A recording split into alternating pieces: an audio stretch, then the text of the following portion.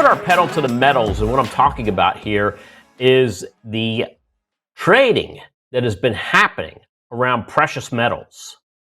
And so, take a look at gold, silver, and more. Precious metals have been moving higher as the markets themselves have been getting a little bit of volatility. Is this just a knee-jerk reaction from what happened on Friday, or is there something more? I want to talk about recent charts. I want to talk about projections. I want to talk about strategies. But let's talk about this first.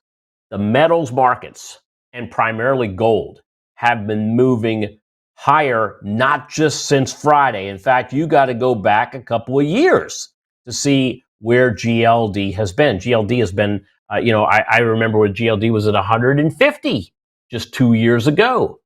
And all of a sudden, now we're trading at some levels that even 30 days ago, you didn't think this kind of stuff was possible. So why are precious metals rising? Well, there are 5 reasons I can think of right off the bat, and none of them have to do with what happened on Friday. Maybe the first one, safe haven demand, geopolitical. All right, safe haven is what happens, the uncertainty of what happened on Friday. There was money that was getting pushed into precious metals. But that's also been happening since a lot earlier than Friday. Geopolitical events, economic uncertainty, right? There's expectations of moves higher. The trend, right? Trends have been forcing a lot of folks to get into at least GLD, as it's made all-time high after all-time high after all-time high. We've seen this happening. There's a weaker U.S. dollar. We've got currency debasement fears. Look at what's going on with the U.S. dollar. It's down double digits now for the year. There's looser monetary policy. There's lower interest rates and the perception of even lower interest rates to come. Central banks been buying, but guess what? Foreign governments have been buying as well. Just look at China and where they've been putting their money. They've been putting a lot of their money into gold, into physical gold. This has created supply constraints paired with industrial demand, not just a store of value demand, but industrial demand, especially on silver. So when you look at gold, and I took us just back to the beginning of the year, at the beginning of the year, gold GLD was actually trading at less than 250. And just this year alone, we've seen 250 become 370-ish, right? 375, I think, is where we were at one time this morning. This is a price coming into today. But looking at the top end of the trend, we see, all right, 350 to 400. But the top end of the trend says gold is on track to hit 400, or not gold, but GLD. If GLD hits 400 from where we were on Friday, right? That's another 30 points higher. That's another 8%. You take 8%, you tack 8% onto where we are now. So let's just call it 4,000. And you're looking at, gold somewhere around 4,400. All right, 8 to 10%, 4,400 by year's end. Totally doable based on what we're seeing now.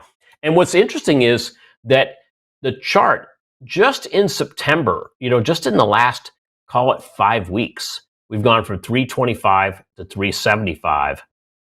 That's a 50-point move in GLD, right? So gold is also seasonally bullish, and not to the point where it's flashing, screaming buys. It's an 80-20, 80% of the last 10 years.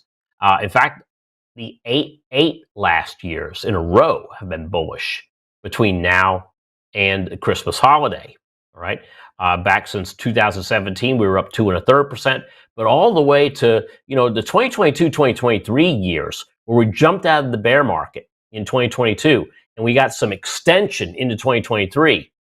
Gold was up over 9% during the seasons then. It managed to get a fraction of that in 2024, and I believe a lot of that was it was just chugging along so much that it was just pure exhaustion getting it into the latter stages of the year.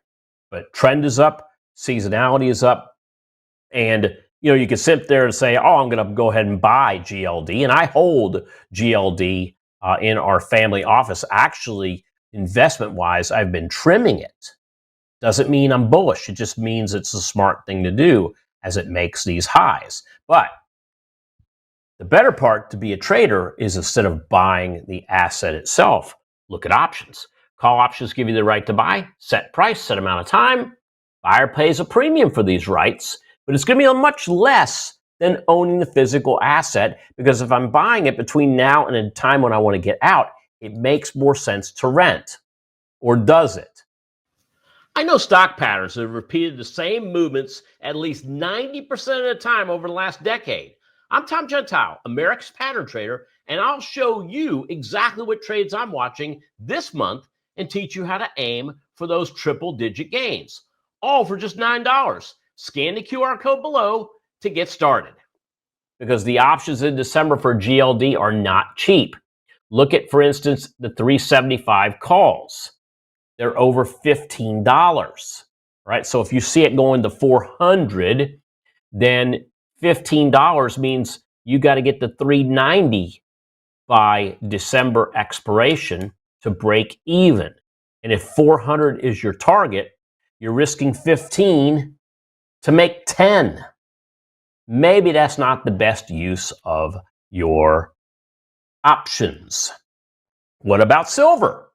Well, gold is really more of a store of value, where silver is more volatile, and it's because of the industrial demand that it has. It also has a smaller market size. It also, because of the smaller price, is called the poor man's gold, and because of that, it can fluctuate more to the upside and the downside. And sometimes silver has a way of catching up to gold if gold's leading the rally, like it's been doing not only this year, but the last 6 weeks. And what we've been seeing is silver become the engine and gold become the caboose when you look at what's happened with the price of gold versus silver, even today. Let me back up for a second. Let me show you what I mean. So gold, at the time I snapshotted this, was up to over 2% today. Take a look at silver.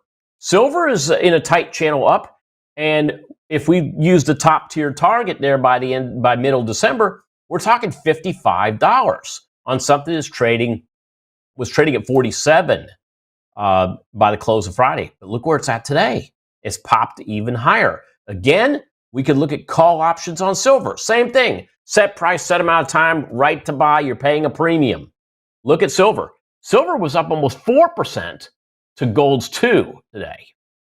And so by looking at that, and we know that silver was actually trading higher, but you can see here, silver, to buy the silver options, this is $2.70, right? So you're paying about 5%. All right. Now, if you're looking for something to go to 45, it might make sense, looking at these particular options here, which expire in 67 days. But are they cheap? Can we make them cheaper? You know that we can. Not only can we make them cheaper, but we can also bring our break even down substantially as well. So call spreading allows us to do just that by buying a lower strike call, by buying maybe that at the money call, and selling something near the target. We're able to reduce our cost, reduce our risk, lower our break even. And you might say, well, how much am I reducing it by? I look to reduce these by an average of 50%, but it can be quite a bit less as well. So putting all of that together, we can, and I'll show you exactly how you do it. Now, translate this in your own brokerage platform. But with Robinhood, they make it pretty easy, going from a call option to something they call their strategy builder. And you scroll down till you find call debit spread. You click on call debit spread, and it's going to open up the calls, their particular spreads themselves. And so I open up the call spread, and I'm looking at the call spreads, and I'm like, wow, the 47.52s, they're $1.32. The 47.5, 52 halves are $1.23. So yeah, we can get something that lowers our cost, other than buying the call options, all right, lowers our risk, because Cost is risk when you're buying options and you're going out, looking at that run between now and your target price and your target time, but it also lowers your break even. So, pedal to the metal looks like this. Overall, the metal markets, trend-wise and even seasonal-wise for GLD, look to be not only higher, but potentially moving higher. Now, volatility's creeped up as well. This is normal. Options on asset prices are higher. That's normal too. But I want to spread my options risk as much as possible. And the best way I know to do that is you spread your risk by spreading your options.